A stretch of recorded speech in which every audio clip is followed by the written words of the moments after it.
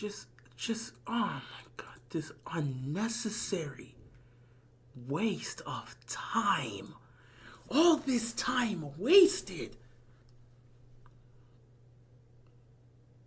Just let me just set my thing up before I have to come start. This team cannot give everybody a break, man. 24 hours before we got to play. Well, less than 24 hours until we got to play the Steelers, and we got to deal with this. Like, just seriously, guys.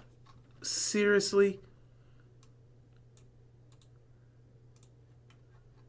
What the hell's been going on this year, man? It's just been everywhere with this team. Golly. Damn it, I'm pretty sure I said enter. There we go. Oh my God.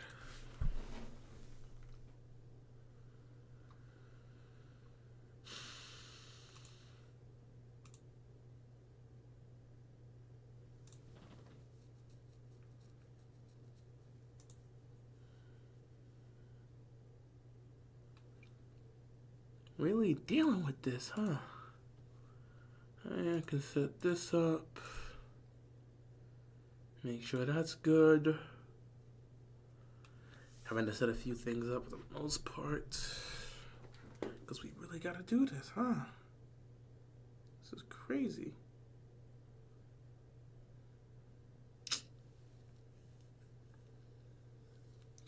Oh, this team.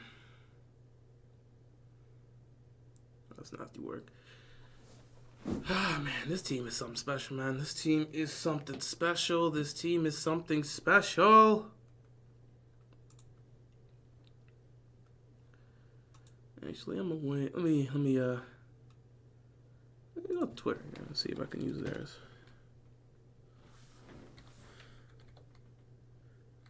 Really? You can't let me.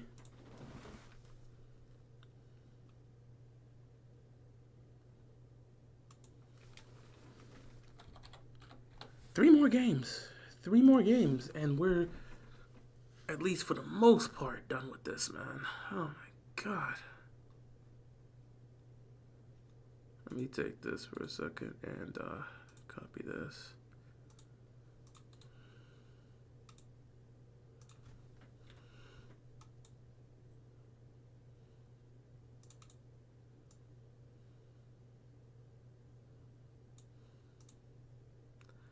Nah, we'll just deal what we have here for the most part.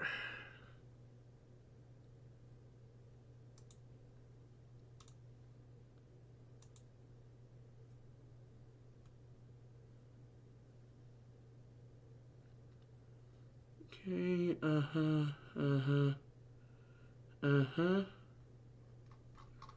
Alright, just doing a few things before we get started here. Golly, this team is really special, man. This team is really special. What a year, man. What a year. All of this work, what a year. Just endless amounts of dramatic aspects over and over again. Good Lord.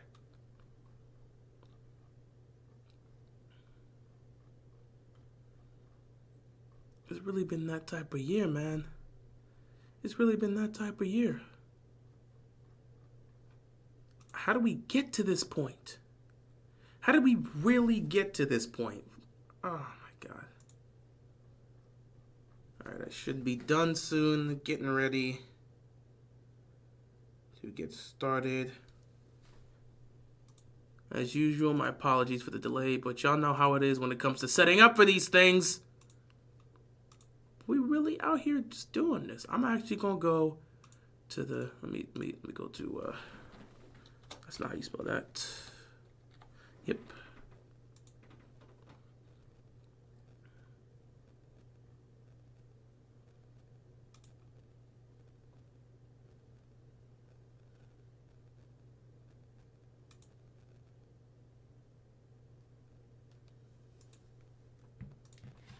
Okay. Oh boy. Okay. Ah, man. Jeez. Okay. I'm good to go. We can get started.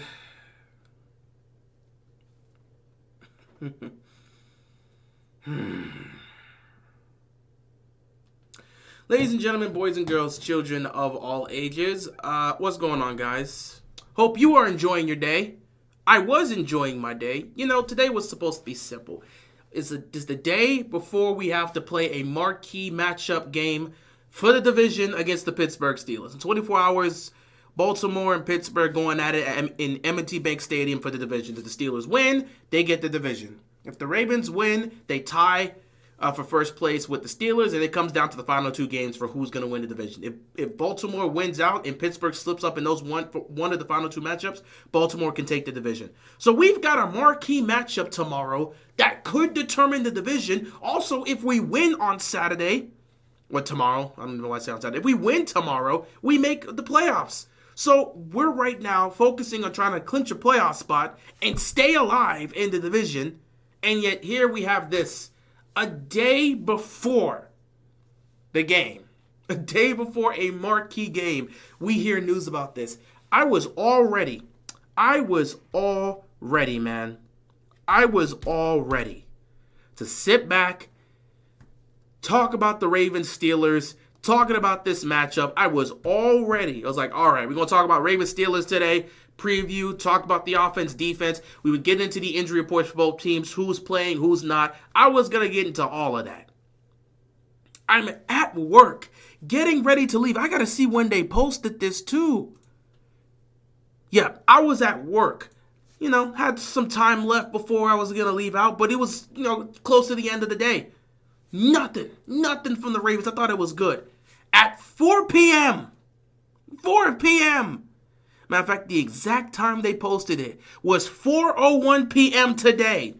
I opened up Twitter just to see if I could find some of the injury reports for both teams. 4:01 p.m. The Ravens tweet out, "We have waived wide receiver Deontay Johnson." They also activated Desmond King and Anthony Miller from the practice squad for tomorrow's game.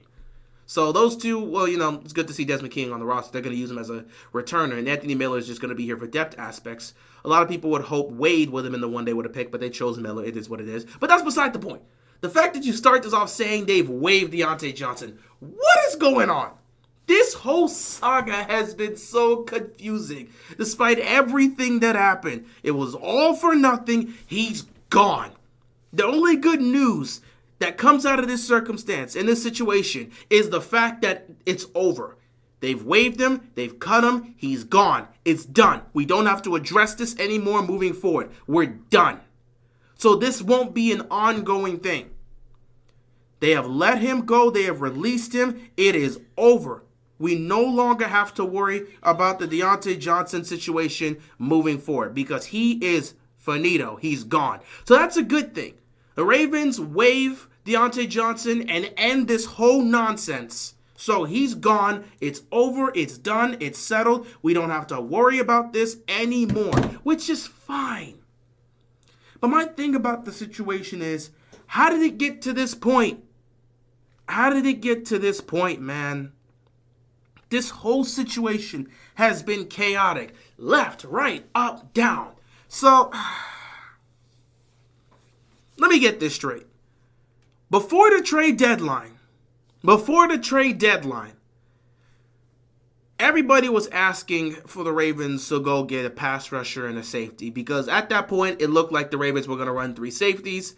They don't do that. Instead, they decide, we've got our Darius Washington and we can just move Kyle Hamilton back up to safety. That's fine. Choosing not to go after a third safety, that's fine. You'll probably have to address it in the offseason via draft. I don't think they want to try again with another free agent safety after the Marcus Williams experiment that failed. So they may try to draft a safety. I think they're going to go secondary, but that's beside the point. They didn't do that. They didn't get a pass rusher. They got a corner in Tre'Davious White, which we'll see how he works out for us. And the other person they got, in fact, the first move they made before the trade deadline was to trade for Deontay Johnson. When we all saw this situation, we were confused because we didn't need a wide receiver. It wasn't a main need. We needed secondary help. We needed pass rushing help. We did not need a wide receiver. But then we find out that the Ravens got Deontay Johnson for virtually nothing. They basically moved down from the late fifth round pick to an early sixth round pick. So not much was lost from the Deontay Johnson trade. In fact, the Ravens didn't lose anything. They just moved down a few spots in the draft. So they lost nothing.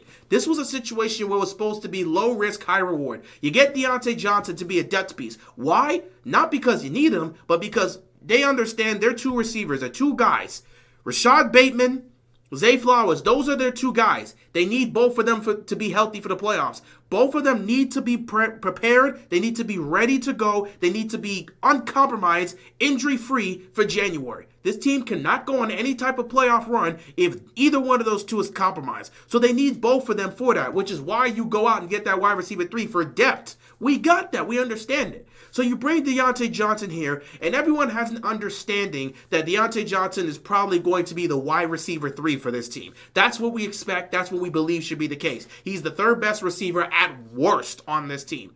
So we all thought, okay, Aguilar, he's going to take some steps back in the snaps and production on the offense. They're going to try to work in Deontay Johnson. Cool. In fact, Deontay Johnson was staying with Nelson Aguilar. I'm guessing Aguilar believed that, hey, this guy's talented. He's probably the third best receiver.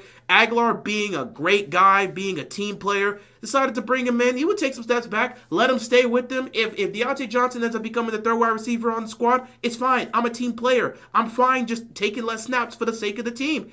It looked like Aguilar was ready to do that. We were all expecting that. Then the games came, and Deontay Johnson's not playing. And then Deontay Johnson gets a few snaps. And then when Deontay Johnson's out there, we're not seeing anything. And everyone's looking around like, okay, what's going on? You see him against the Bengals before halftime. He makes one catch and trips up on his face. You see him another time. He's tripping up before the ball's even getting in the air. It's just like, we're getting nothing there. But okay, it's fine. It's fine, it's fine, it's fine. He's here early on. He's trying to work his way through. It's going to take some time. You can't expect him to just come into the offense and immediately make an impact. It's just not going to work out like that. We got it. He's wide receiver 3. It's going to take some time. Week by week by week by week is going by. Nothing's happening with Deontay Johnson. You play him against the Steelers, virtually nothing. He drops a pass, too. He does nothing against the Steelers, and we're just like, okay, it's taking a little bit longer to get Deontay Johnson going. But surely they're going to use him, right? And then he's not being utilized. They were like, what is John Harbaugh doing? What are they doing? Why did Eric DeCosta bring him if they're not going to use him? Then we get to the famous Eagles game. Rashad Bateman suffers an injury. He has knee soreness. They take him out the game for a precautionary situation. They want to make sure he's okay. This is what you got Deontay Johnson for. You got him for this reason. Depth. You need Bateman. You need Flowers for the playoffs. They decided to be precautious. They took him out of the Eagles game because he was dealing with knee soreness. Fine, cool. Now it's time for Deontay Johnson to shine. This is his moment, right? Well, no, they put Wallace in. So they put Wallace in, and it's decided to not use Deontay Johnson. So he's not even getting the opportunity to show what he can do. That causes him to have a hissy fit and decide, you know what? They're going to put him in over me. I'm done. I don't want to be here anymore. Y'all not even using me. Why am I here? So he throws a hissy fit. It's understandable, but he's still a professional, and you are fighting for a contract next year. No matter what situation you're in, you have to be a professional. So I understood his sympathy. I sympathized with him, and I understood his feelings about it, but the way he handled it was not the right way. So he decides he's going to lash out. I'm not going to go in the game. 2 minutes left, garbage time. Hey, Deontay, go in the game. No. What do you mean no? You got to go in. No. You wanted to put him in instead of me? I'm not going in. He doesn't go in the game. The game ends. Me, everyone else asking the question, where was Deontay Johnson? Bateman was hurt. Rashad Bateman left the game. This is the perfect time for this dude to prove himself. Where is he? I saw Wallace out there instead of him. Why are the Ravens not utilizing Deontay Johnson? What's going on? A few days later, the Ravens have an issue with Deontay Johnson. They have decided to suspend him for 1 game due to him refusing to go into the game against the Eagles. All right, here we go. So he refused to go in the game because they decided to throw him in the garbage time, which, again, we sympathize with because they put Wallace in over him. But, again, you are a professional. You have to act like a professional. We can sympathize with you, but how you handled it was poorly. And, again, as a professional football player or just a professional athlete in general, you have to handle that situation better. You knew you weren't going to be a number one receiver here. You were coming to a team that already had the receiving core pretty much fit out. You were here to be an extra aspect of depth. Handle it like a professional. He lashed out when he saw Wallace come in and said, I'm not going to go in. The Ravens don't like when players decide to be reactionary like that. You lash out on the coaches, you're gone. It's over. That relationship cannot be repaired no matter what you do.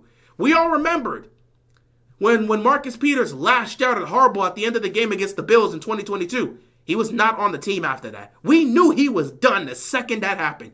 Harbaugh doesn't like players that want to lash out on him. You came to this team. You weren't drafted here. You came to this team. You came to this team. That's just how it is. They ask you to go into the game. You're like, I'm not going to go in. They asked you to go into the game. You said no. You, as a professional, disobeying your coaches telling you to go into the game. You're fighting for a contract. I don't care if it was before Wallace, after Wallace. I don't even care if it was a situation where they sat back and said, you're not coming in for Wallace. Because again, some people have said that he was told to go in before Wallace and he said no, so they put in Wallace. Others have said he was told to come in garbage time and they had already put in Wallace afterwards. I don't know the full story. Both people have said both sides. Whatever the story is, I don't care what the story is. You were asked by your coach to come into the game. You refused to go into the game. This franchise doesn't like players acting up. You don't refuse to go do your job. You're a professional football player. You're supposed to go in the game. You refused and disobeyed the orders of your coach when he tells you to go in. All right, cool. You don't want to go in. You don't have to go in. You're suspended for a game. We entered our bye week passes. Out of the bye week, we already know Deontay Johnson is not going to be practicing that week. He was suspended. He's not going to play against the Giants. That whole week goes by. We're not hearing anything from Deontay Johnson or anything from Harbaugh. Harbaugh, in fact, in the media, decides to be very, very strict with this. And he got annoyed every time they brought up Deontay Johnson. He wanted that conversation to end real quickly. He was not answering any questions about that. So the whole week goes by against the Giants, and we get into this week. All right, this week, here we go, against the Steelers. He didn't get to play against the Giants, but he's going to be back. Looks like the week-long suspension is all they're going to give him. He's going to come back in, and hopefully they can get it together. Yeah, both Bateman and Flowers going to bat for him, saying it's not an issue, it's not a problem. We're going to welcome him back when he comes off of his suspension. We get to this week. All of a sudden, as we're preparing for the Pittsburgh Steelers, what do we hear? The Ravens and Deontay Johnson have come to a mutual agreement to dismiss Deontay Johnson from all activities this week. He's not suspended and he's not cut. He's just dismissed. So he will not be involved in any of the activities this week and he won't play against the Steelers. Why? What the hell's going on? He just served a suspension. Why is he being dismissed right now? Why is he being dismissed right now? This doesn't make sense. You just suspended him for a game. Did you not figure out this issue? If you were coming off of a bye week. So the bye week, you already suspended him for the next game. So the bye week, everybody goes away. They come back for a week against the Giants. You know he's not playing. Isn't this something you would address during that time? And then coming off of the suspension, you should let him know he's on thin ice. What's going on here? So we go from him being suspended for a game to him now being dismissed from activities. So now he won't play against the Steelers. And all of us are sitting around looking around and thinking to ourselves, what's going on? What's happening here? Why did you just dismiss him after suspending him? If you didn't want him to participate, you could have just suspended him for the rest of the season, and that would have been fine.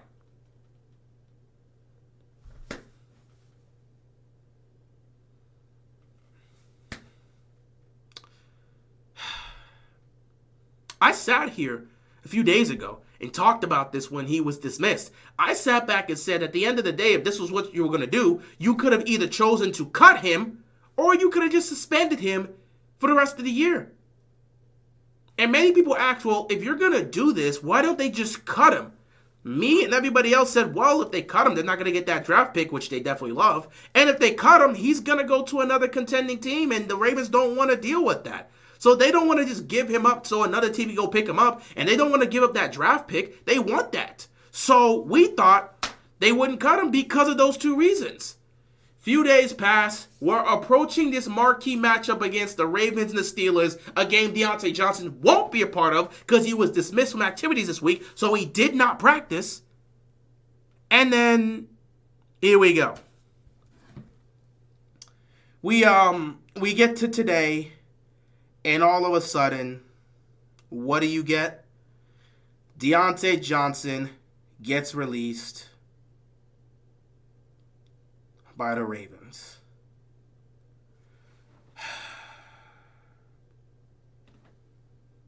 I'm trying to figure out what was the point in all of this. This has to have been the biggest waste of time. This has to have been the biggest waste of time.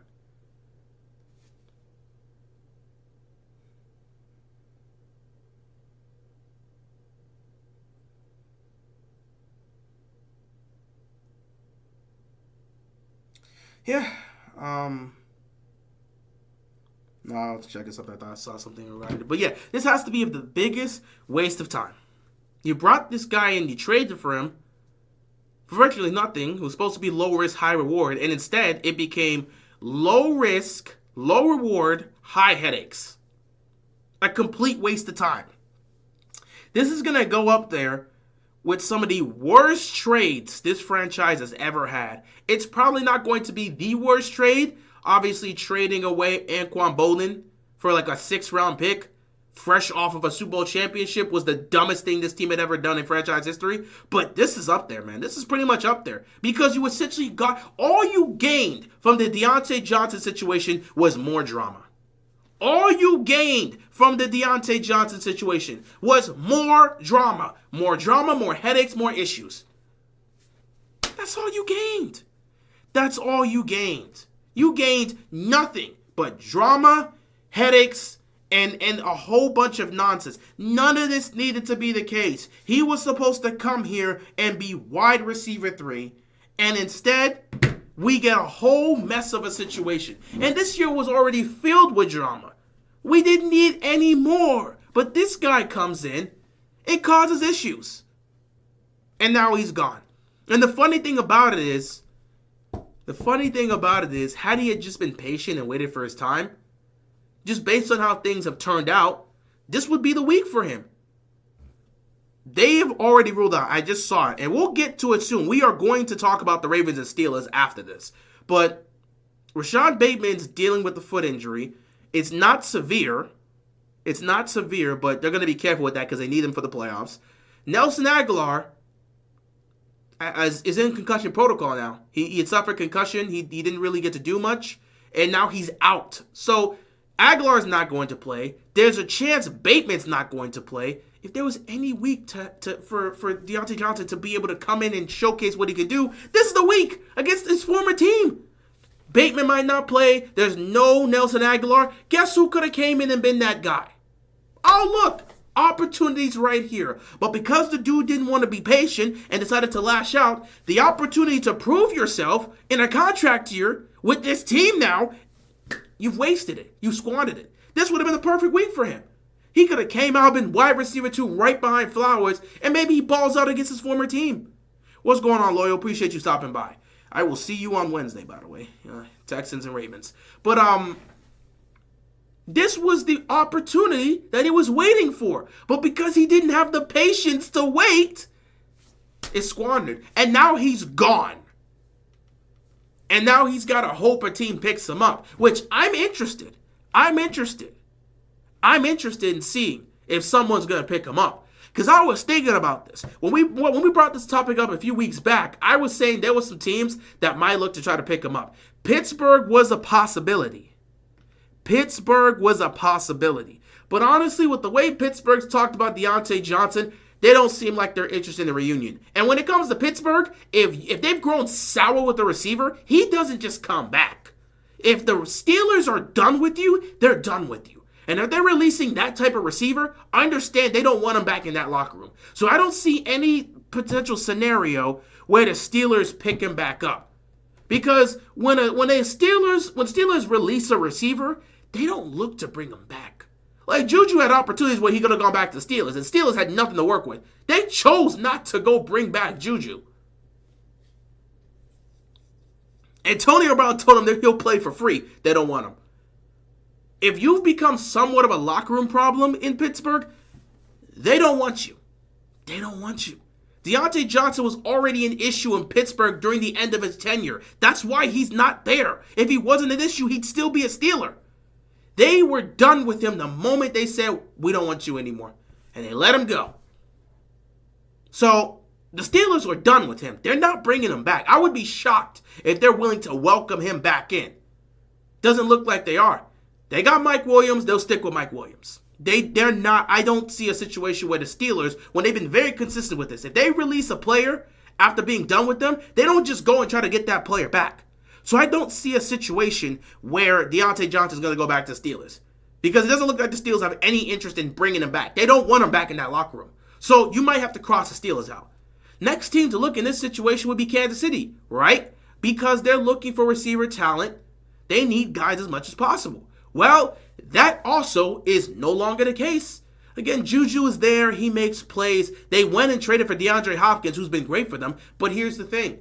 The same day today that Deontay Johnson is released is the same day Kansas City officially activates Hollywood Brown. He will be playing. So Hollywood Brown is officially back for the Chiefs, and he will make his debut on Saturday against the Texans. So Hollywood's back. Why would the Chiefs go and get Deontay Johnson if Hollywood's back for them? Why would they go get Deontay Johnson if Hollywood's back? So they've got Hollywood, they've got DeAndre Hopkins, they've got Juju. They're fine with what they have. Hollywood coming back is so huge for the Chiefs. That was their big pickup in free agency. So they have no interest in bringing in Diontae because where is he going to play in that aspect? So I don't see the Chiefs picking him up. They're fine with what they had. They needed Hollywood back, and they got Hollywood back. So they're good. And then you look at the Bills. The Bills might try it. The Bills might try it. But are we sure Buffalo's really trying to get to deal with this? Buffalo just came up with a situation where they were dealing with the diva receiver. A receiver that would complain when he wasn't getting involved in the offense or wasn't getting the ball enough. They just came off of that. This year's Bills team is working on the power of friendship. Not to mention, they literally went out and traded for Amari Cooper. So they went out and traded for Amari Cooper, and they've got the guys they have. They've got Coleman, they've got Shakir, they've got their guys. They're working off of the power of friendship, and it has been so great for them. They did not want to deal with a diva wide receiver. That's why they moved off of Stephon Diggs. So, why would they choose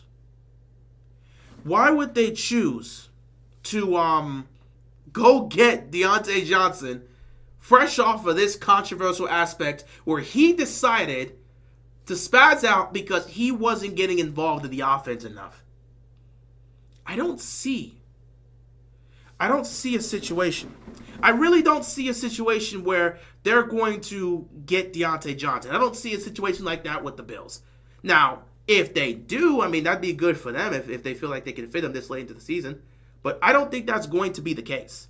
I just don't think they're going to actually go out there and just get Deontay Johnson. Because there's 2 weeks left. Here's the thing. People talking about picking it up. How do you integrate that into the offense? The Bills' offense right now is rolling. They love what they're getting from Shakir. Amari Cooper pitches in here and there. What they get from Coleman works for them. Everything is working perfectly for Buffalo. They don't look like they need another weapon. And they don't want to bring in a guy that could potentially be an issue from a character standpoint and potentially ruin the rhythm that they have entering the playoffs. So I don't see Buffalo potentially getting him. I don't see Pittsburgh potentially getting him. I don't see Kansas City potentially getting him. Excuse me, guys.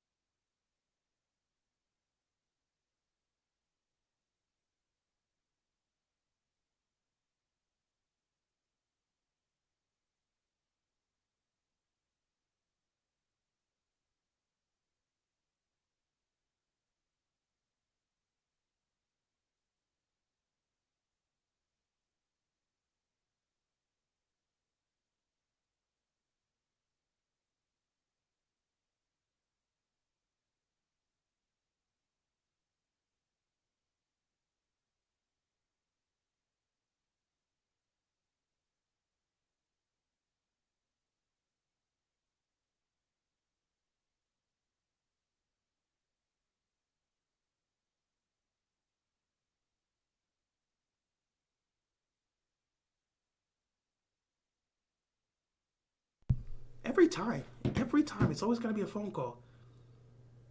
And anytime you get a phone call from your mother, you know it's going to take longer than it needs to be. That was a 5-minute phone call. Anyway, what was I talking about? Sorry for that. I knew the second I saw my mother on that call, I knew that was going to be a while. But we were talking about Deontay Johnson going to the Bills. I don't think he's going to go to Buffalo. I don't think he's going to go to Buffalo. I don't see a reason for him to go. I don't see a reason for Buffalo to pursue him because, again, they're rolling right now offensively, and they got all the weapons they're perfectly fine with. Not to mention, they got rid of Stephon Diggs. They moved off of Stephon Diggs, one, because he wanted it, and two, they didn't really want to deal with the headache. It was more Stephon Diggs that wanted to leave, but they were perfectly fine moving off of him. They did not fight. They did not fight to keep him. They did not fight to keep him. So I just don't see a situation where he's going to Buffalo. I don't think he's going to go to Buffalo. I don't think he's going to go to Pittsburgh. The only place I could see it is Kansas City. And I've been saying it for weeks. If Baltimore releases him, he's going to walk 2 feet to Kansas City. He will get on a flight directly to KC. That's literally what I thought. I just don't see a situation where he's going anywhere else. Because Pittsburgh, once Pittsburgh's done with you, they don't bring you back. I don't know how many times they've brought back somebody in previous years. When they are done with you, they're done with you. When they were done with AB, they didn't bring him back. AB said he'll play for free. They don't want him. When they were done with Juju, they did not bring him back. Juju went to the Chiefs, won a championship, left, came back to the Chiefs, and now he's back on that team again. They don't want him. The Steelers are dealing with whatever they want to deal with. They will take whatever they have on the roster over bringing back former players that they've already been finished with. So I don't see it with the Steelers. The Bills are rolling right now offensive with what they have, and they got Amari Cooper, so they're fine with what they have. Kansas City's the only one I could potentially see. I can potentially see it with Kansas City. So it's possible, but I just don't know. Hollywood Brown coming back changes everything. Hollywood coming back changes everything. And if he can ball out, I think at that point, they'll stick with what they have. You have Hollywood, you have DeAndre Hopkins, you still got Travis Kelce there, you got Xavier Worthy, this rookie that you brought in. They'll stick with what they have. I just don't see a situation where he's going to go to some of these teams. And I don't think these teams are really going to be looking to get him. So we'll have to see. Either way, this whole situation with Deontay Johnson has just been a mess, and I'm glad it's over. Baltimore, move off of this. And just lock in.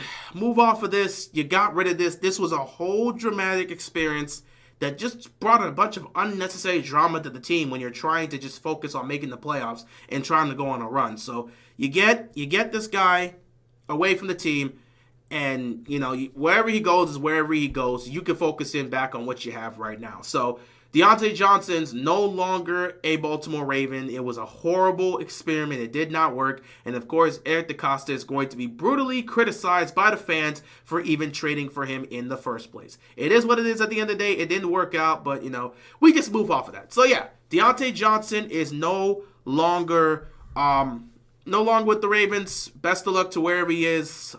He's trying to get a contract somewhere. Hopefully someone picks him up. Maybe he goes to a playoff contender. Maybe he ends up going for a team that's trying to get it going. I don't know. Whatever works out for him is whatever works out for him. Anyway, that's pretty much all I have to say about the Deontay Johnson situation. I had to start off with that. But we are not done here just yet. See, initially, we were here to talk about the Ravens and Steelers preview. That was my plan for today. We were going to talk about the Ravens Steelers. Like I said last night in our stream with the Broncos and Chargers Thursday Night Football game, we were going to talk about the Ravens and Steelers today because we play them tomorrow. But this Deontay Johnson news came out an hour before I left work, and I knew I was going to have to talk about this. So it is what it is. It is what it is, man. It is what it is at the end of the day. So before we do take our attention towards the Ravens Steelers preview, I will look at some of the comments and answer questions from there, and we'll just go from there. All right, so let's get into that. At least for the most part. Actually, let me do something I don't normally do here, because I always have to look at the screen, and I kind of want to see if I can do it a different way this time. But, yeah. All right. Actually, this works perfectly. I might do this moving forward. I might legitimately do this moving forward. All right, so let me take a look at some of the comments here. 49ers are tanking. They might be tanking with the way they look right now. The season's not over. They can still fight for the division, but it's going to be tough. What's going on, Daniel? Let's see here. We have the worst GM who doesn't. Okay, see, we always like to do this. Eric DeCosta is the worst GM thing, but we always praise the good stuff, but we'll ignore. We always ignore the good stuff, but we'll make sure we emphasize the bad stuff. This idea that Eric DeCosta is this horrible GM is just wrong. We've seen bad GMs in the league. We have. Have you seen how some of these other front offices have handled situations? Baltimore's not in this situation. No one's going to give Eric DeCosta credit for drafting Kyle Hamilton or drafting Linderbaum, using that Hollywood Brown trade, a first-round draft pick to go get to trade Hollywood to the Cardinals so you get that first-round draft pick, and then using that to draft Linderbaum. No one gives DeCosta credit for Linderbaum. No one wants to talk about him getting Kyle Hamilton. No one wants to talk about him getting Flowers or Bateman or all these other great moves he's making. Getting Roquan Smith from the Bears. He's made great moves. To act like he's the worst of the worst. This is where people keep looking at the Ravens fans and think they're just entitled or they just don't understand football as a general. Because we always want to look at the negative and act like Eric DeCosta is this horrible GM that's just holding the team back when it's not even the case. It's not even the case. He's made a lot of great moves as a GM that most teams would see and be like, what are you talking about? You have a bad GM. Did he not make the move for Roquan Smith? Did he not take that chance on Marcus Peters when we needed it in 2019? Did he not make the decision to go draft Kyle Hamilton when everyone was saying get a pass rusher? Did he not draft all these other guys? Let's not pretend that this guy in Eric DeCosta is not a great GM. He's done his job in bringing talent here. The only things you can look at that you can really say he has not done a great job in is the offensive line. He's done a poor job with the offensive line as a whole. He let Zeitler go and did not retool this properly. That's why you got Filele where he is, and that's why you got Macari where he is. He has not done a great job with the offensive line. But other than that, he's done a great job with drafting. Nate Wiggins seems to be a hit. Nate Wiggins looks like he's going to be a hit straight up. So he's doing his job as a GM. To act like he's this horrible GM is just wrong. We're just lying. He's made way too many good moves over the last few years to pretend that he has not been a great GM overall. Now, could he be better? Absolutely, and we criticize him for that. But let's not act like he's horrible. That's where we're just lying at that point. What's up, Coach Real? Can't wait to see Lamar on Saturday versus Steelers. No time to panic now. I mean, I'm fine. I'm chilling. I didn't think Deontay Johnson had butterfingers. No worse than some of the others on the team. I don't think they really gave Deontay Johnson a proper opportunity to really showcase what he can do. They didn't really try to utilize him or really integrate him into the offense. And when they finally decided to try to do that, Deontay Johnson was already fed up at that point. So it is what it is. He still didn't handle it like a professional, but I understand where he's coming from because he's fighting for a contract. Yeah, he was asked to go in before Wallace. He said no. That's when Wallace went in. It was nowhere near garbage time. It was the first quarter. If it was the first quarter, that just makes him look worse. That means he was fed up long before the game happened. And that's just horrible. Am I dumb for not knowing that free kick rule existed? That hasn't happened since they said it was like since 1976. That has not happened since the 70s. You're not dumb for not knowing that rule. I don't even think I knew that rule. Yeah, I don't care if it's a minute left. Get in the game. If the coach asks you to, they didn't start right by letting him go. It's a distraction. Yeah, they should have got rid of him a while back. They should have got rid of him a while back, man. They really should have got rid of him a while back. But it is what it is. They tarnished his name. I knew when Tez scored that touchdown, he was gone. I think everybody knew when Tez Walker came in for that snap and scored that touchdown. The Ravens were going to sit back and say, okay, we'll just go with our guys. Wallace has been great when he's come in, and now Tez Walker scores a touchdown on his very first catch. Yeah, I think we're good without Deontay Johnson. We knew the Ravens would do that. We knew I didn't expect him to play a single snap moving forward. I did not expect Deontay Johnson to play a single snap moving forward. I'm not even surprised that he's gone. Well, actually, I'm surprised that he's gone. I'm just not. I'm surprised he's gone, but I wouldn't have been surprised if he never played another snap for the Ravens again. I thought they would just keep him on the roster until the end of the season, then release him. But they released him beforehand, so he can go be part of a playoff team, I guess, if someone wants him. Yeah, Lattimore has been great. Hopefully, we see that greatness this week because he's going to be lined up against A.J. Brown. Let's see how that works. Well, not lined up against A.J. Brown. Well, he's going to have to deal with matchups involving A.J. Brown. He's going to be the help in that situation, so we'll see. Yeah, y'all got to focus on KC, man. We'll see how that game goes for y'all. KC's fighting for the 1 seed. To be fair, Ravens frustrate new players. Sometimes they do, sometimes they don't. It always depends on how Harbaugh chooses to use them. And that's kind of where the issue comes in and why people have a lot of issues with Harbaugh and how he chooses to do things. But it is what it is.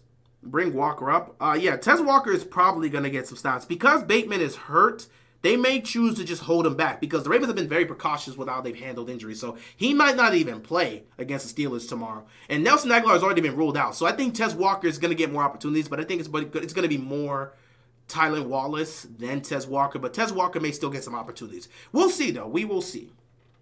Bills for sure makes a lot of sense. I think the Bills don't want to ruin their chemistry right now. They're rolling on offense. I don't think bringing in Deontay Johnson, who just came off of a situation in Baltimore, I don't think that's going to benefit Buffalo, especially if he's already showcased that he's willing to pout if he's not getting involved in the offense.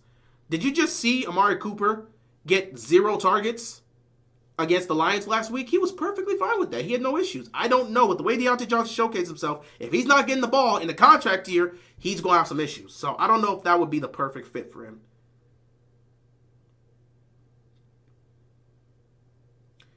Let's be honest, the Ravens did him dirty. I can't really fully say they did him dirty, but I just don't think they gave him the opportunities that he needed. They didn't really give him the opportunities. And, they didn't give him the opportunities, and they didn't really try to fit him in as quickly as possible. But the Ravens have always done things that way, which is why they frustrate new players, because they never work to get them integrated early on. They try to take time to do so. That happened with Odell. Odell was not integrated early on. A lot of the impact Odell had was in the later half of the season. And Odell was frustrated with that too. For the first half of the season, Odell was virtually non-existent. But the second half of the year, he was existent. He was making most of his plays came in the second half of the year. The Ravens take forever to integrate new players. They've always done things this way. And yeah, Matt Collins is another great aspect for the Bills as well. I think the Bills are fine with what they have. They don't want to ruin that chemistry. I bet he goes to Kansas City if anyone. Maybe Kansas City gets him, but with Hollywood Brown back, I don't know if Kansas City is going to even try to get that. If you want some rings, go to the Chiefs, guaranteed rings. I mean, pretty much right now, unless somebody beats them. But again, it's not about going to them. It's about if they want you. And if they want you, they'll get you. And if you're lucky, you could be like, what? You'd be like who? LaShawn McCoy and just do nothing but win a ring? Wouldn't be surprised if he goes to KC. Most people wouldn't be surprised if he goes to KC. But I just don't know. With Hollywood now back, would they even want to get him there? That's my thing. Alright. And then we got some Steelers fan that's just doing the usual spamming. Steelers, y'all trash. That typical Steelers fan acting like a Steelers fan because it's rival week. I'm not going to lie. I just don't care. I have not talked any trash to anybody this season. I'm not interested in getting involved in that. In my teenage years, I guess I was. And in previous years, sure. I don't know. I will say, though, the Ravens won a Super Bowl. I'm not going to be talking trash, but I will have receipts.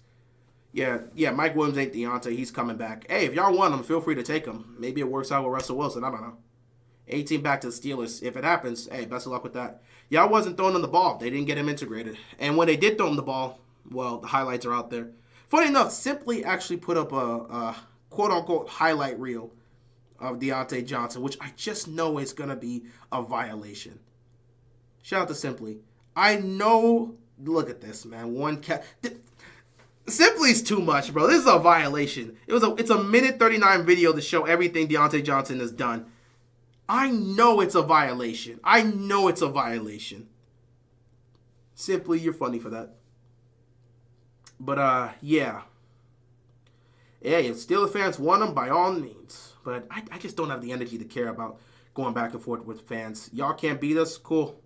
Steeler Nation, great. Y'all suck, great. Listen, I'm not gonna lie, I'm sorry. I can't bring the same energy to you. When I was younger, by all means, I was doing that same stuff. Nowadays, I just don't care. It's the simple banter on the internet. I don't care, man. I don't care. I hope you get a Ravens fan that's gonna retaliate and say, you guys suck too. Hey, y'all can't beat. You guys have won 8 of the last 9 matchups. Clearly, we can't beat you. We can't even score on you. In the last 8 matchups, we have not scored 20 points once. So, hey, y'all got our number. It is what it is. Hopefully, we can beat you tomorrow. It's what it is. Try to prove something, but I just don't have the energy to bring that same, hey, you suck too, Steelers. Nah. Diehard Ravens fan, I think they messed up Diontae. I think they messed up. Deontay's not a guy you pick up to be a 5th receiver. He was supposed to be their 3rd receiver. The thing about it that people got to understand with the Ravens is the Ravens take forever to integrate a player. People forget that Odell did make an impact on this offense, but it wasn't until the second half of the season that he did. Odell, for much of the first half of the year, was non-existent. That's why people thought he was a waste. He was not involved in the offense. They didn't really work to integrate him. A lot in the first half of the last season was Flowers, Andrews, and some of Aguilar for some reason. Occasionally Bateman would make a sighting. Occasionally Odell would make a sighting. Occasionally Likely would make a sighting. But the first half was really just relying on Flowers and Andrews as well as Aguilar.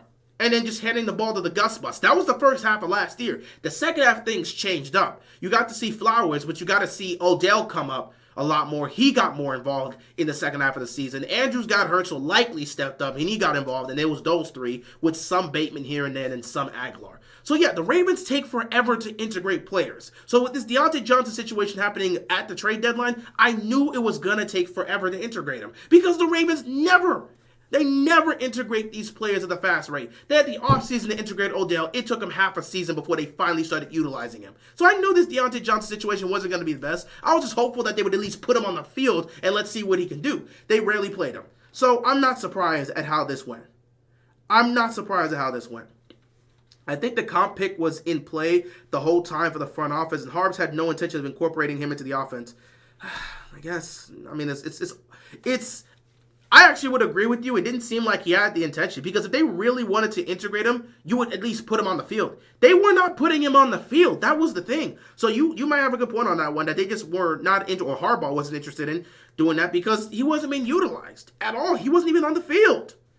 But it is what it is. It just made no sense. He's a solid number 2. Yeah, he's a solid number 2, but they just never worked to integrate him into the offense.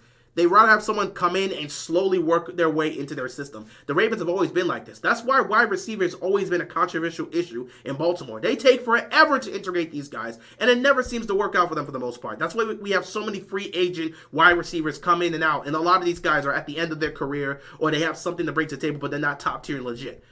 It's always been a case for the Ravens, so it is what it is. I really could see DJ not getting signed anywhere. It's possible, but I don't know. I think someone's going to sign him. I think someone will sign him, though. The Deontay Johnson trade is worse than the Chase Claypool trade. I mean, we virtually lost nothing, and I'm pretty sure Chicago lost something for that, but I don't know. I don't even remember. Did they give him up for like a second round or a third round pick? So I think it's actually, I don't know if we could say ours is worse. You traded away a 5th round and got a 6th round back. So did you lose anything? You got Deontay Johnson for free, so you're not hurting from this. Maybe Deontay Johnson is going to the Chiefs or Eagles. Why would Philadelphia want Deontay Johnson? Listen, they're already paying the price for getting Jahan Dotson. I don't think they want to add Deontay Johnson to that mix. Why trade for DJ and not use him? Go ask Harbaugh and go ask the offense. I don't know. The Ravens have always been this way, and it's frustrating, which is why a lot of receivers will come here and have some frustrating moments. That's why Odell is available, and I don't think Odell's coming here. But who knows? We'll see. I think he's going to go to a team who will target him. He needs a contract. So if a team that's contending doesn't want him, he has to get on a team and use these last few games to try to make a case for him getting a contract. But, it is what it is. Who cares about a Steelers team that's going to get bumped in the first round anyway? Hey, if it happens, it happens. I don't know if they're going to be first round exits. I mean, I think if the Steelers match up with the Broncos or the Chargers, they probably win that first round matchup.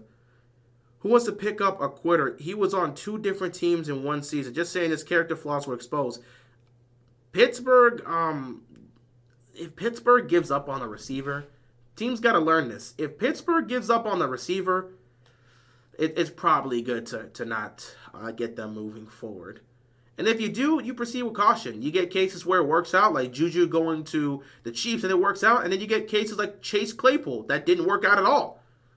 If Pittsburgh's done with you, you have some sort of issue with you. It is what it is.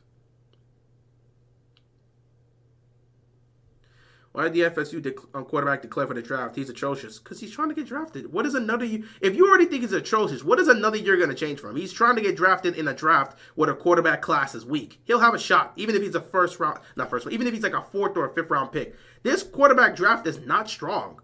So he has a shot to get drafted by somebody as a late 4th or 5th round pick. I really don't think he's getting picked up. We'll see. I don't know, but we'll see.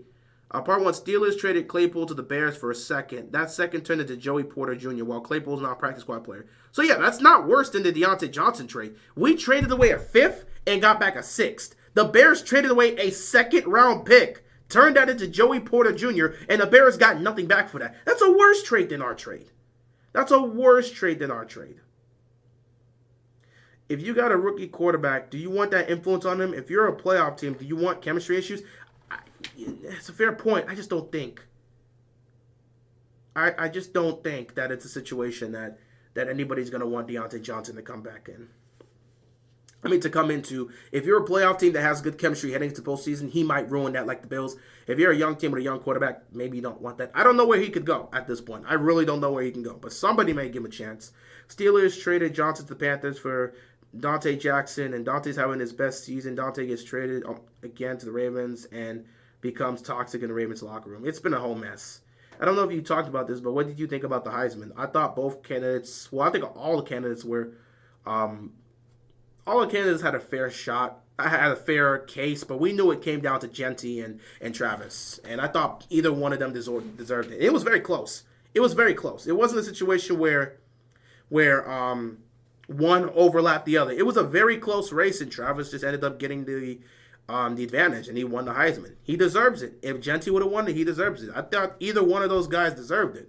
But there's going to be hate because the people that thought Genty should have won it are pissed off, and they're talking about that and saying he wasn't top 5 in any of these stats. And then if Genty would have won it, all these people would sit back and say, oh, he was stat padding on his team when they were up by this. No matter what, one side was going to criticize the other. I thought both candidates were really worth it, and they should have won it. And the fact that it came that close showcases that both of them were deserving of the Heisman. But at the end of the day, one had to win it, and they gave it to Travis. So, I'm fine with either or. It is what it is.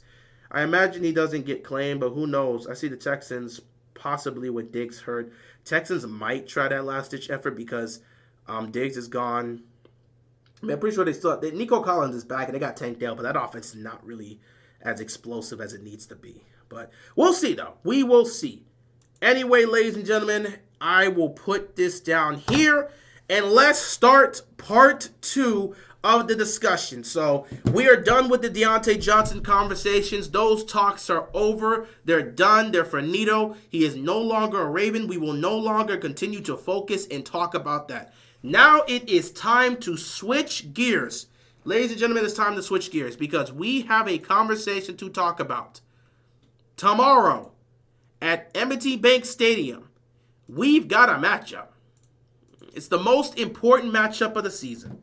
It's the most important matchup of the season. And this is for all the marbles. So much changes in the playoff race with this game. We've got the Pittsburgh Steelers coming down to M&T Bank Stadium to take on the Baltimore Ravens. Week 16 matchup that could determine the division. Pittsburgh has secured a playoff spot due to, I think, Miami losing last week or whoever lost last week. Even though the Steelers lost the Eagles, they have 10 wins on the season. They secured a playoff spot. Baltimore is looking to secure a playoff spot with a win. Baltimore wins, they're in the playoffs. But that's not all that's on the line. You see, Baltimore right now is 9-5. Pittsburgh right now is 10-4. Let me make sure I confirm that again. They are 10-4 because they lost to the Eagles. So let me look at that again. Just to confirm this. Yeah, Baltimore is 9-5. Pittsburgh is 10-4. We've got 2 games left after this. So with Baltimore being 9-5 and Pittsburgh being 10-4, this game is a battle for the AFC North. There's 2 games left to go. Right now, the Pittsburgh Steelers have an advantage against the Ravens. If the Pittsburgh Steelers win this game on Saturday against the Baltimore Ravens, they will clinch the AFC North because they'll have a half, what would it be? It'd be a 2.5 game advantage against the Ravens, which basically would mean, or 1.5 or 2.5 game advantage against the Ravens with 2 games to go, meaning that no matter what Baltimore does in the final 2 weeks, they won't be able to catch up. Even if Pittsburgh loses out, they'll still have the advantage. So if the Pittsburgh Steelers beat the Baltimore Ravens on Saturday, Pittsburgh clinches the AFC North. They will win the division.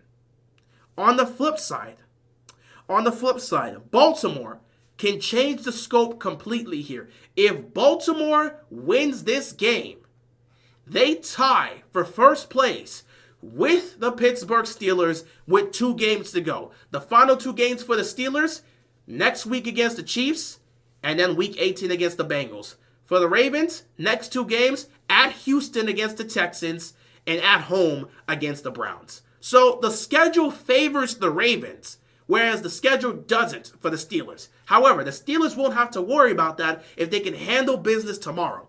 Pittsburgh wins, they win the division. Baltimore wins, they tie for first place, and the last 2 weeks become games that Pittsburgh must win in order to win the division, and Baltimore must win in order to keep themselves alive. So the race can still be on heading into the final weeks. Right now, you look at the AFC, all the other divisions are wrapped up. Kansas City won the AFC West, the Bills won the AFC East, and due to the Colts losing last week, the Houston Texans claimed the AFC South. The only division that's left up for grabs is the AFC North, and this matchup ultimately could determine who's going to win the division. Now, with Baltimore, they're not in the playoffs yet, but there's 2 circumstances that can't come up that will determine how things go. Baltimore needs to win this game against Pittsburgh to keep themselves alive in the division, but they also need to win this game to secure a playoff spot. 10 wins gets you into the postseason right now. 10 wins get you to the postseason. If Baltimore wins, they go to 10-5, they secure a playoff spot, and they'll stay alive in the division. But if they lose, they're going to have to wait till next week against the Houston Texans to try to clinch a playoff spot. But we're not done there just yet. You see, the Dolphins and the Colts are in the hunt. They're trying to get that last wild card spot. If the Colts and the Dolphins lose on Sunday, no matter what happens against Baltimore and Pittsburgh, Baltimore will clinch a playoff spot. So if Baltimore loses to the Steelers and the Colts and Dolphins lose, Baltimore clinches a playoff spot. They'll lose the division, but they'll still be in the playoffs. So there's a lot that's going on this week, a lot of playoff implications. Right now, Baltimore holds that 5th seed in the AFC. So if the playoffs started today, they'd be traveling to Houston to take on the Texans, which would be funny if that ends up happening because they're going to Houston in a few days to take on the Texans. Imagine they end up as a 5th seed. You take on Houston, you beat them, and then 3 weeks later, you're back in Houston for the wild card round. That could very well happen. Not to mention, we met up with the Texans last year in the divisional round, so I'm sure they want some revenge because we swept them last year. I couldn't imagine them getting swept last year and then getting swept this year again. The same way. You lose to us in the regular season, you lose to us in the playoffs. You lose to us this year in the regular season, you lose to us in the playoffs. Texas fans will be heated if that happens. But the scenario is there. So right now, Baltimore, since it's the 5th seed, they could potentially take on the Texans in the playoffs if they don't move up. Meanwhile, Pittsburgh is the number 3 seed in the AFC, which means they would take on the Denver Broncos Actually, no. They might take on the Chargers. Did the Chargers move up? The Chargers might be the 6th seed. The Chargers might be the 6th seed. That might be the case. The Chargers might be the 6th seed right now. If I look at the AFC playoff seed, because the Chargers beat the Broncos, and they have the same record. Let me take a look at this. If the season was to end today, do the Broncos have a tiebreaker against the Chargers? The Broncos... Oh, thank you. Take 12 years to load this. I'm so happy you're taking forever. Thank you. Yeah, the Chargers are the 6th seed. So Denver has fallen to the 7th seed. So if the playoffs ended today, Pittsburgh would be hosting LA and Baltimore would be heading into Houston to take on the Texans. So we've got some interesting aspects here. We've got some interesting aspects for the most part here. So a lot of moving pieces. A lot of moving pieces here right now. Between these two teams, and I'm interested in seeing how things are going to go for the most part. So we'll just have to wait and see. Anyway, AFC North Divisional crown on the line tomorrow at M&T Bank Stadium. Now, unfortunately, I'm actually going to be at work. I'm going to be at work when this game starts, but I'm hopeful that I'll be home in time for the second half because I think I'm going to be off somewhere during the second quarter or something. I think I can make it for the second half of this game. And I'm hoping and praying I make it off. I don't know how my schedule is going to work tomorrow. We'll see if they make me stay longer to do some things. But if everything goes well, I will miss the first half of this game. But I will be here for the second half of this game to live stream. Worst case scenario, I'll be here for the fourth quarter. But hopefully I'll get home sooner than that. And I'll pray I get home sooner than that, but we'll just have to wait and see. But yeah, Pittsburgh and Baltimore for the division. Pittsburgh and Baltimore for the division is going to be very interesting. Now, I have to pull up two things here because I have to see both schedules. Not both schedules, both reports here. Gonna have to go into, where is it? It's gonna be from yesterday. Here we go. There's that. And let me see the other side of this. Because obviously, neither team's going to practice today. Because, like, let's be real. The day before the game, everybody rests. So, the teams practiced on Tuesday, Wednesday, Thursday. They have today off. Saturday's the game. So, one thing I have to look at before we get into this preview is... Wow, where is it? What the heck? Guys, y'all don't make anything easy. Good Lord, man. Where is it?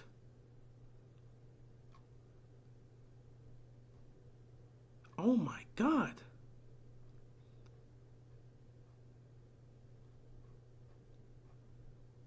What am I looking for? Jeez, man. I go to your official page. Steelers' official page sucks. Okay, let me do this instead. Baltimore makes it so easy for you. Pittsburgh, y'all stink. Y'all stink. Here we go. Thank you. Injury report for the Ravens and the Steelers. I could go to Baltimore's page. I go to Pittsburgh's page. I can't find the injury report anywhere. Whatever. Okay. So for the Steelers, here's their injury reports. Deshaun Elliott is doubtful to play. So Deshaun Elliott is most likely not going to play. He only practiced on Thursday. So there's a good chance he's just out. He's doubtful to play.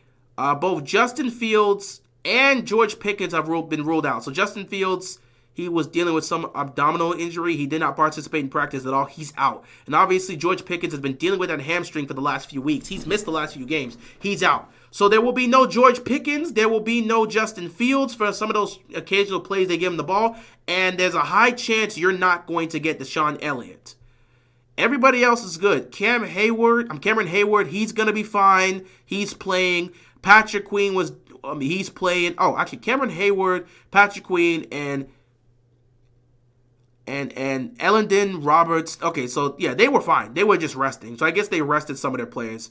They rested a few of their players, and those players that they rested are going to be fine. They're going to be good to go. Patrick Queen and the crew, they're going to be good to go for Saturday's game.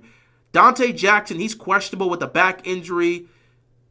TJ Watt, there he is. The last person we look at, TJ Watt. TJ Watt suffered an ankle injury last week in that game against the Eagles, towards the end of the game. So TJ Watt suffered that ankle injury, and it was questions as to whether or not he'd be able to play on Saturday against the Ravens. He did not practice on Tuesday. He was limited on Wednesday, and he was a full participant in practice this week. He's not on the injury list in terms of game status, which means TJ Watt will play. So for injuries, TJ Watt is good to go. He will play tomorrow against the Ravens.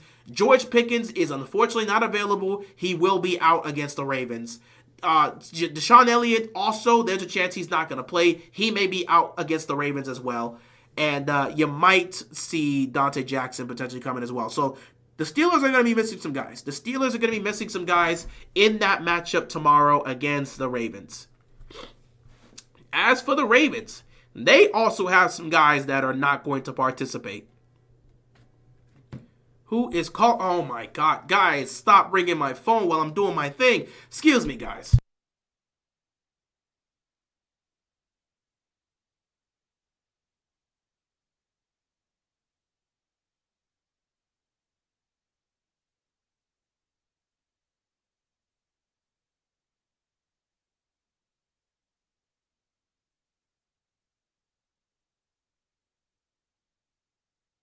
Always with these people. Anyway, Ravens injury report. We've already got the ruling.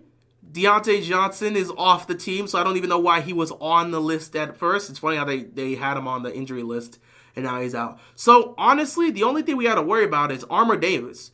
Jalen Armour Davis, he's out. Oh, wait, I forgot. No. Nelson Aguilar. There's a good chance Nelson Aguilar has been ruled out. So, here's the thing. Nelson Aguilar has been ruled out.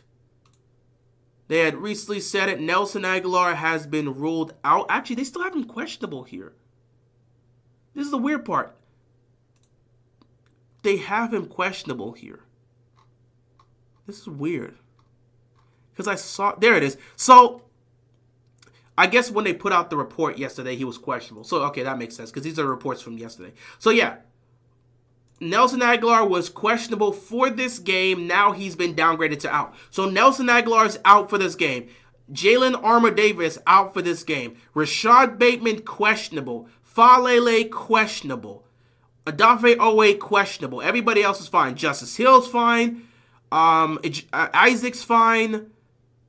Kane's fine. TJ Tampa's fine. In fact, he's been elevated to the 53-man roster. Ardarius Washington's fine. So the only person that's really concerned the only two people that are really concerned that are out for this game are Nelson Aguilar and Armour Davis. Bateman is questionable, but I think that might be a game time decision depending on how he's feeling and how they want to proceed with the injury aspect. So we'll see. We'll see how they decide to handle that. But for the Ravens, it's really just Nelson Aguilar and Armour Davis. For the Steelers, it's Justin Fields and George Pickens. Everybody else is most likely, and Deshaun Elliott. Everybody else is most likely going to play. We'll see about Bateman, though. So, yeah, that's pretty much it for the matchups in terms of the injury histories and who's going to play versus who's not going to play. Let's actually get into the matchups here because there's not much to say.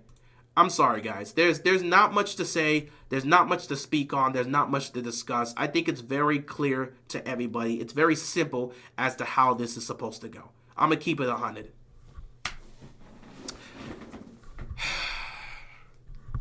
In the last 8 matchups, Baltimore has failed to score 20 points in every single one of those. The last time Baltimore scored 20 points against the Pittsburgh's defense was in 2020. Oh, not 20, I was 2021. Was in 2020. The last time they scored 20 plus points, just 20 points in general against Steelers defense was 2020 in the pandemic year when they were in Baltimore. Baltimore was 5-1. Pittsburgh was 6-0. We lost that game 28-24. That is the last time Baltimore has put up 20 or more points against the Steelers defense. That's also the only time Lamar has faced off against the Steelers in Baltimore. And in fact, if we're talking about Lamar facing off against the Steelers in Baltimore in front of a crowd, he's never done that. Because the one time he faced off against Baltimore, faced off against the Steelers in Baltimore, it was during the pandemic, so no one was in the stadium. Tomorrow's game is going to be the first time he takes on the Steelers in his house with the crowd there. So it should be fun. Should be really fun to see how that's going to go. But, yeah, Baltimore has failed to score 20 points in each of the last 8 matchups. And if you look at the final results of these games, if Baltimore just puts up 20 points, they win! So I'm not going to sit here and listen to any conversations about the defense. Nor am I going to focus on talking about the defense. I don't care how bad the defense has looked, how good the defense has been. The defense has always done their job against the Steelers. Maybe they make a mistake here and there late in the game, but if the offense would have done their job, the defense would have never been put in that position in the first place. The defense has held this team. For a majority of those games, they've held the Steelers to under 20 points. I think maybe once or twice they've given up 20 points to the Steelers offense. But the defense has always done their job against Pittsburgh's offense. They did their job this year in Pittsburgh. They held this Steelers offense to 6 field goals. The defense always shows up against Pittsburgh. The issue is the offense. They can't score against the Steelers defense. 8 straight matchups. That's with and without Lamar Jackson. Failure to score 20 points. So you're going to ask me what the keys to the game are? There's only one key. Score points. Score some points. If the Baltimore Ravens can score 3 touchdowns against the Pittsburgh Steelers, they have a 90% chance of winning that game. If they could just find a way to score 20 or more points, they win. Pittsburgh is 8-1 in the last 9 matchups, and in each of those matchups, Baltimore has failed to score 20 points. If this team would just score 20 points, they would have won a majority of these games. But because they can't score 20 points on the Steelers defense, they've lost all these games. So the key to the game is score some points. You've got Lamar, you've got Derrick Henry, you've got Mark Andrews, Isaiah Likely, Zay Flowers, that you have the talent. Score some points on that defense.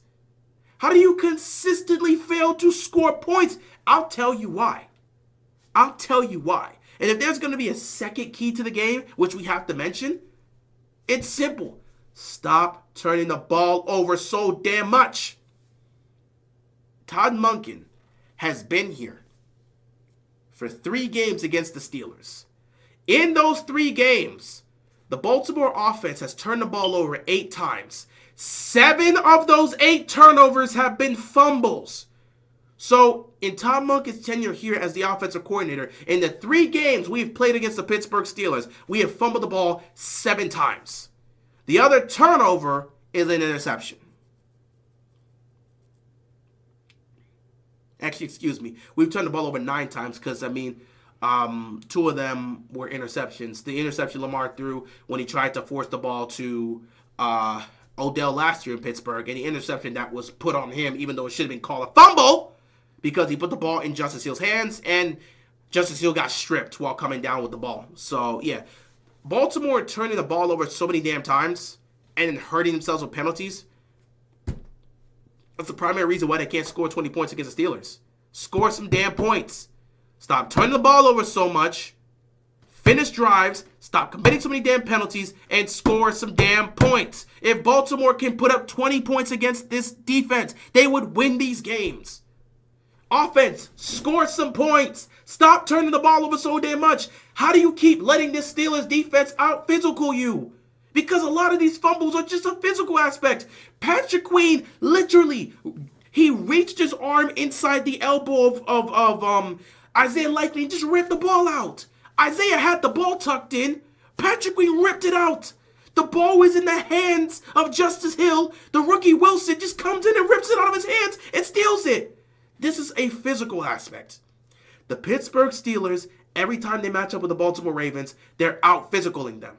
They do not have the talent we have, but they keep winning because they're a more physical team. They have forced 7 fumbles in the last 3 games. Do you think it's a coincidence we're losing this game? You keep turning the ball over. How many fumbles do we have against this team? In the last 8 matchups, somebody's got to go look at that stat. In the last 8 matchups against the Steelers, how many turnovers do we have? And of those turnovers, how many of those turnovers are fumbles? We can't hold on to the football. Derrick Henry fumbled on the second play. Derrick Henry had not fumbled in over 500 touches. He fumbles on the second play of the game. Stop fumbling the ball. Ball security is the number 1 aspect that needs to be focused on. And that's why earlier this week, when Todd Monken saw something he didn't like from the receivers, he ran down there because he saw a lack of ball security from the receivers. They got to lock in and understand that the reason they're losing this game against the Steelers, the reason they keep losing these games is because they keep fumbling the ball. Stop fumbling the ball. Stop fumbling the ball. Stop fumbling the ball. It comes down to that. If they would not fumble, and the thing that makes it worse is that a lot of these fumbles happen in Pittsburgh territory. So they'll be driving down the field, and then the fumble happens, and then that's just game. You can't turn the ball over against Pittsburgh. You cannot. You cannot turn the ball over against Pittsburgh. So the number 1 focus is to score some points. The number 2 focus is to stop turning the ball over. You do those 2 things, you got a great chance to win the game. Defense is going to do what they need to do. Pittsburgh does not have a high-flying offense. They do not have an explosive offense. They don't have a great offense. They rely on the deep ball. If they can't hit the deep ball to George Pickens, they can't consistently move the football. They also stink in the red zone. The biggest aspect that holds the Steelers' offense back is that they can't score consistently in the red zone. They're coming up with field goals every time they get to the red zone. That's not a good thing. They can't score consistently at the red zone. They can't score, and then sometimes they struggle to move the ball. And it's even worse when George Pickens is not out there. So the offense looks worse when Pickens is not out there, and then they can't score. The defense is going to be fine against Pittsburgh. If the defense wets the bed, we'll get on them. But the defense has always shown up against the Steelers' offense, no matter who's been the quarterback. So the defense, they're going to be fine. They're going to do their job. It's the offense that keeps wetting the bed against the Steelers defense. Why? Because they keep turning the ball over. How do they keep turning the ball over? They keep fumbling the damn ball. Stop fumbling the ball. Ravens, if you don't turn the ball over and you put some points on the board, you will win this game. That's it. The defense has done their job every time against Pittsburgh. Just stop turning the ball over and put some damn points up. If Baltimore can protect the football and put up like 24 points, they're going to win this game. No question. They don't need to score 30. Lamar doesn't have to be perfect. They just need to get to 20-plus points. And they need to make sure they don't turn the ball over. And it would be really great if you would stop letting this team out-physical you, because you keep letting this team out-physical you, and it keeps showing. The 2 fumbles was a showcase of them out-physicaling you, because they just went out there and just stole the ball. Having the ball ripped out of your hands when you're running with it, you tuck the ball in, you're protecting it, and then someone just comes in and rips it out of your hands. You catch the ball, it's in your hands, and you let a rookie just rip it out your hands. You're getting out-physicaled. To make matters worse, the interior offensive line is getting bullied. And every time Lamar tries to drop back against the Steelers defense, he never feels comfortable. So the offensive line's going to play better. Don't know if they're going to do that in this game. I think it's going to be more of the same. It's going to be a close game, and Baltimore's got to figure out how to win. But Pittsburgh's run the same aspect every single time. Mike Tomlin has the perfect game plan against John Harbaugh's Ravens. Keep the game close and wait for them to make a mistake. They do it every single time.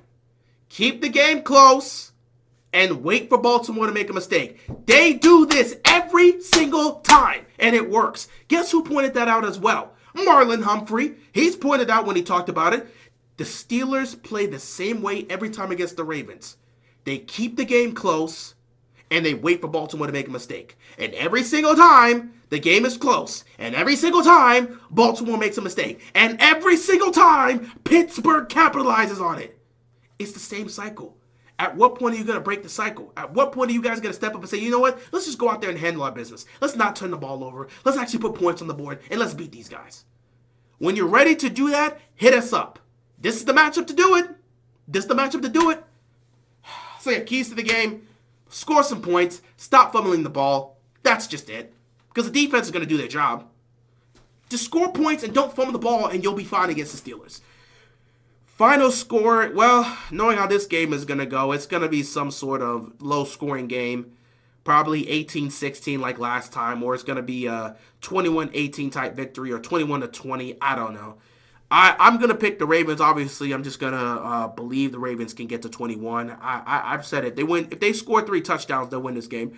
I'll pick the Ravens to win 21-20 because I can't trust in this team to be able to blow out the Steelers or just dominate them. They've never shown me that in the Lamar Jackson era that they can blow out the Steelers, no matter how it's been. 21-20. The Ravens, even though I want the offense to not turn the ball over, they're going to turn the ball over. Defense is going to make some good stops, but they're also going to give them some points. It's going to be a very frustrating, very stressful game, and hopefully the Ravens come away with the win, keep their hopefully they come away with the win, clinch a playoff spot, and keep their AFC North divisional crown hopes alive. We'll just have to see about that, but yeah, that's pretty much it. Not much to really say about the Ravens and Steelers in this preview. Deontay Johnson pretty much took a majority of the focus here, but I did want to get my takes out about the Ravens and the Steelers. Just put some points up and don't turn the ball over, and you should be fine, Baltimore. With or without Rashad Bateman, you should still be fine. Give Tez Walker a chance. Give Tyler Wallace more snaps. Let's see how that goes.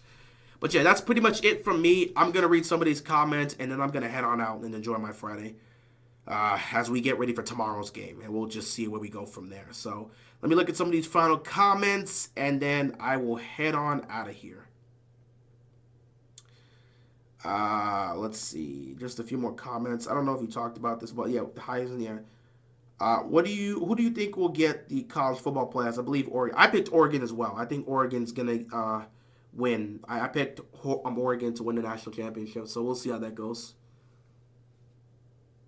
Are you gonna be at work? Yeah, I'm gonna be at work for the game.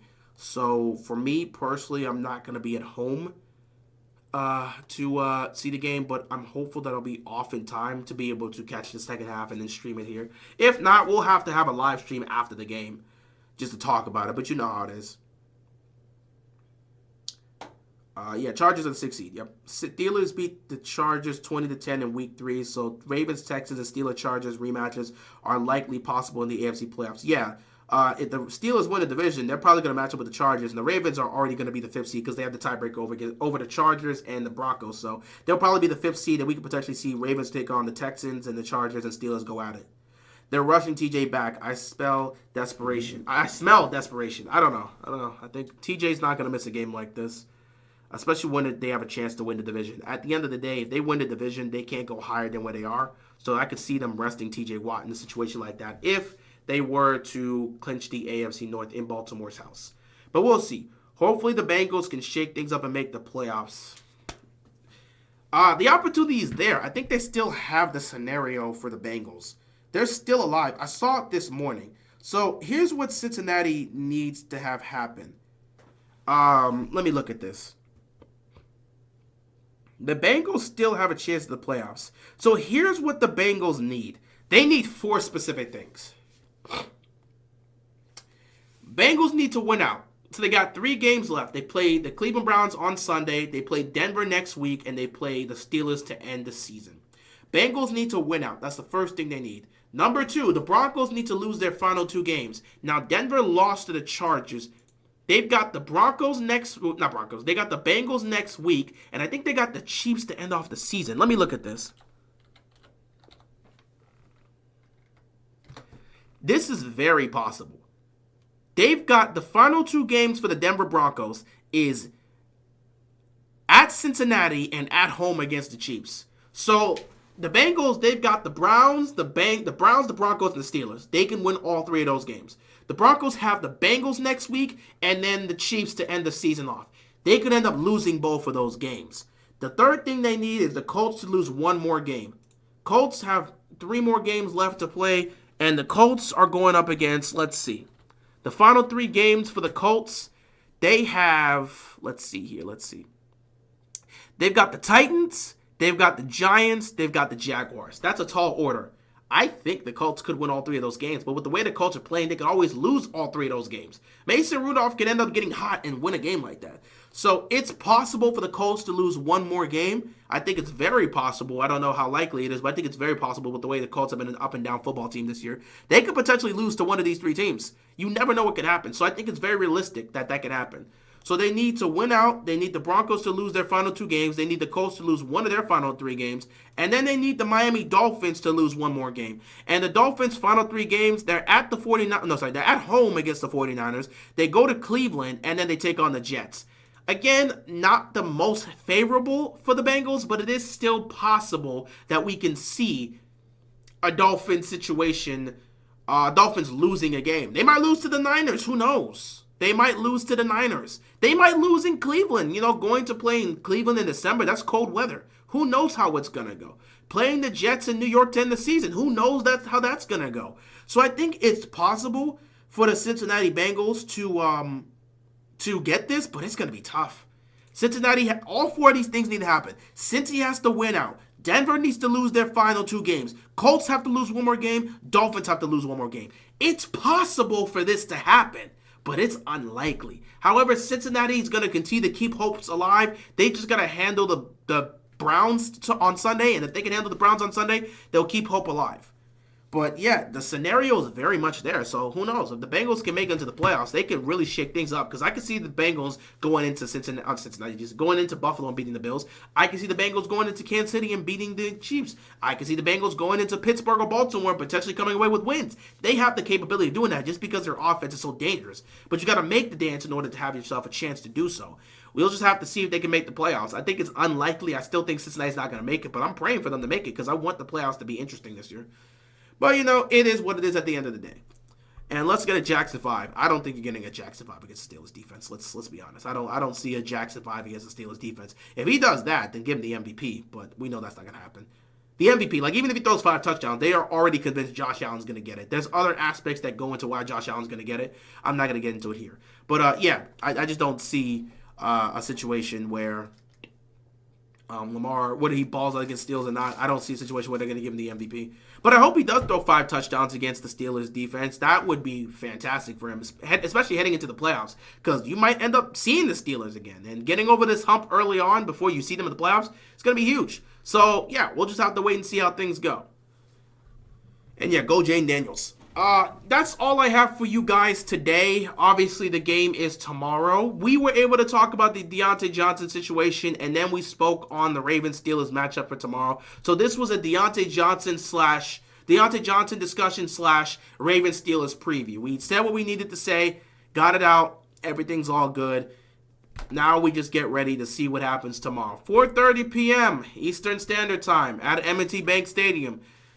We will either see the Ravens clinch a playoff spot and keep their hopes alive for the division, or we'll see the Pittsburgh Steelers celebrate a divisional title in our house.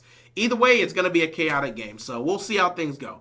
But I appreciate you guys tuning in. Thank you so much for watching and tuning into the live stream. And yeah, if everything goes well, I will see you guys tomorrow, most likely in the second half of the Ravens-Steelers game. If not, I'll see you after the game to discuss what we just witnessed. And hopefully we'll be witnessing a Ravens win and a playoff clinching spot.